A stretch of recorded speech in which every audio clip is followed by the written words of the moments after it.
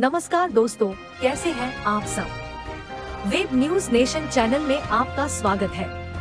अगर आप मेरे चैनल पर नए हैं तो प्लीज चैनल को सब्सक्राइब करें ताकि हमारे नए वीडियो का नोटिफिकेशन आप तक सबसे पहले पहुंचे। हम वीडियो में देखेंगे पाकिस्तानी मीडिया और पाकिस्तानी लोग भारत पर क्या प्रतिक्रिया देते हैं। चलिए वीडियो शुरू करते हैं।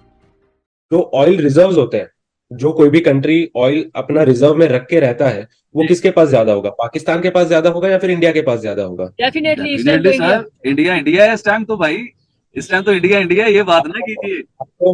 आपको जान के हैरानी होगी कि पाकिस्तान के पास ज्यादा ऑयल रिजर्व्स हैं। अच्छा हाँ जी, बिल्कुल। उसका रीजन ये शुरू कर लूं, ताइवान, इंडिया, पाकिस्तान और फिर यूएस आपस में कहीं ना कहीं मेल जोल है, मिलते हैं, कनेक्टिविटी है। क्या हो रहा है कि एक दफा फिर ताइवान को घेरने की कोशिश कर रहा है चाइना? ये सिर्फ डरा धमका रहा होता है या वाकई वो कुछ एक्शन करना चाहता है? हमने तालिबान के खिलाफ एक और जंग का ऐलान कर दिया है। तालिबान के खिलाफ, दहशतगर्दों के खिलाफ एक और ऑपरेशन होगा और इसका ऐलान किया गया है।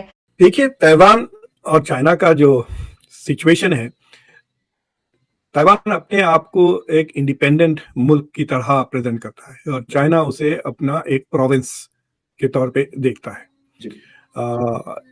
This could have been a situation between India Pakistan भी, बट पाकिस्तान को इंडिया ने रिकॉग्नाइज कर लिया। अगर इंडिया कहती कि पाकिस्तान तो हमारा हिस्सा है और आप कहते रहते कि हम आजाद मुल्क हैं, बात पाकिस्तानियों से मैंने ये शिकायत सुनी है कि 70 साल हो गए, 75 साल हो गए, but India has still not accepted the partition. होते रहती ना आपकी तरफ से, तो it is a bit more serious in the case of Taiwan. It goes back to the divisions between the communists or the nationalists. So nationalists Taiwan में रह गए थे तो वो अलग हो गया। बट इसकी जो पॉलिसीज हैं वर्ल्ड में और जो अमेरिका की स्पेसिफिक पॉलिसी है कि America has only one China policy.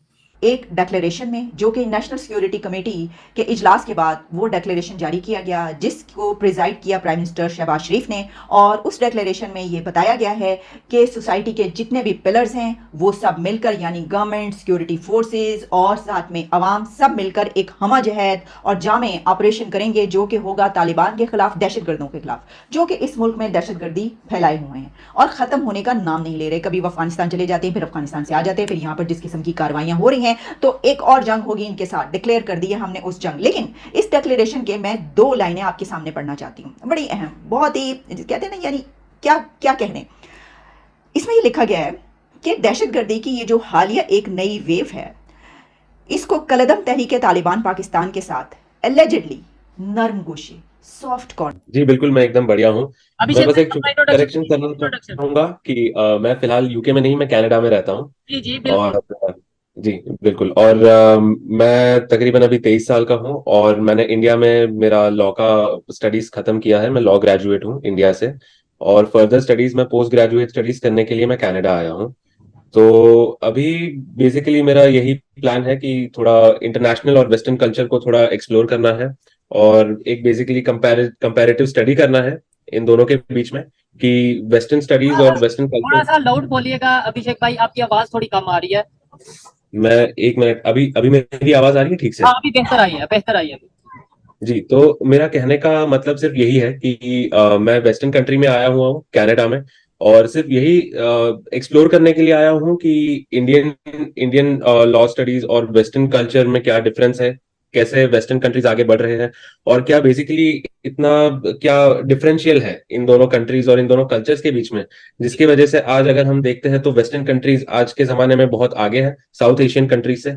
तो यही बेसिकली मेरा मेन मोटिव है वेस्टर्न कंट्री में आने का और लॉ का study further post graduate field पे परस्यू करने का। ठीक है।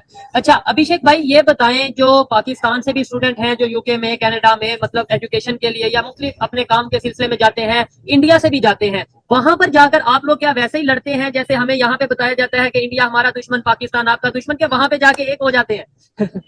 नहीं, देखिए, यहाँ पे आके बेसिकली सबको एक ही होना पड़ता है, चाहे कोई भी कंट्री से हो, इंडिया हो, पाकिस्तान हो, बांग्लादेश हो, श्रीलंका हो, तो इन सबको एकजुट होकर रहना पड़ता है, या फिर चाइना से हो, क्योंकि यहाँ पर आके यहाँ के लॉज रेगुलेशंस यहाँ पर बहुत अलग अलग है। यहाँ पर डिस्क्रिमिनेशन, फिर कल्चरल बैरियर्स, इन सब चीजों के ऊपर भेदभाव यहाँ की गवर्नमेंट या फिर यहाँ की पुलिस, यहाँ की सत्ता इन सब चीजों को टॉलरेट नहीं करती है। तो यहाँ पे आके मेरा पर्सनल ओपिनियन है कि चाहे इंडियन हो चाहे पाकिस्तानी हो, सब लोगों को एकजुट होकर रहना पड़ता है। और अभिषेक भाई, मैं आपसे अस्सलाम वालेकुम, क्या हाल चाल है? ठीक ठाक हैं आप?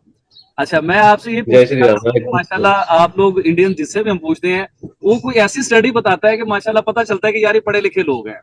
यानी कि आप लोगों ने स्टडी में बड़ी कोशिश की है, बड़ी स्ट्रगल की है, आप लोग स्टडी में ऊपर गए हैं। इंशाल्लाह हम भी कोशिश कर रहे हैं आने वाले टाइमों में। अच्छा, पूछना ये चाह रहा था मैं आपसे कि आप इंडिया से मतलब दूसरी कंट्री में आए हैं, यूके में, कनाडा में, जहाँ पे भी आप इसमें मौजूद है, इंग्लिश कंट्री में जहाँ भी है।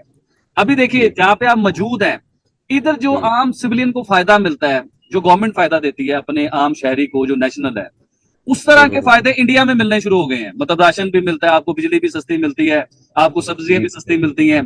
तो उसमें फ्यूचर में आपको पाकिस्तान के लोग भी इधर मिलते होंगे, दोस्त होंगे पाकिस्तान के भी आपके। तो आपको फ्यूचर में क्या लगता है पाकिस्तान और इंडिया में, कि पाकिस्तान डेवलपमेंट की तरफ आएगा, डेवलप होगा, इंडिया के साथ रिलेशन बनेंगे, हम बिजनेस में आगे जाएंगे और स्टडी में? देखिए, पाकिस्तान का जिस तरीके से अभी गवर्नमेंट में चल रहा है लेजिस्लेशन, सबसे पहले मैं लेजिस्लेशन की बात करना चाहूंगा, क्योंकि कोई भी कंट्री का जो कुछ भी लॉ मेकिंग प्रोसेस होता है उसका बेसिक फाउंडेशन लेजिस्लेशन होता है कि कैसे वो कायदे या फिर कानून को इम्प्लीमेंट किया जाता है। तो पाकिस्तान में अभी ये चीज बहुत ज्यादा रिस्ट्रिक्टिव हो रखी है।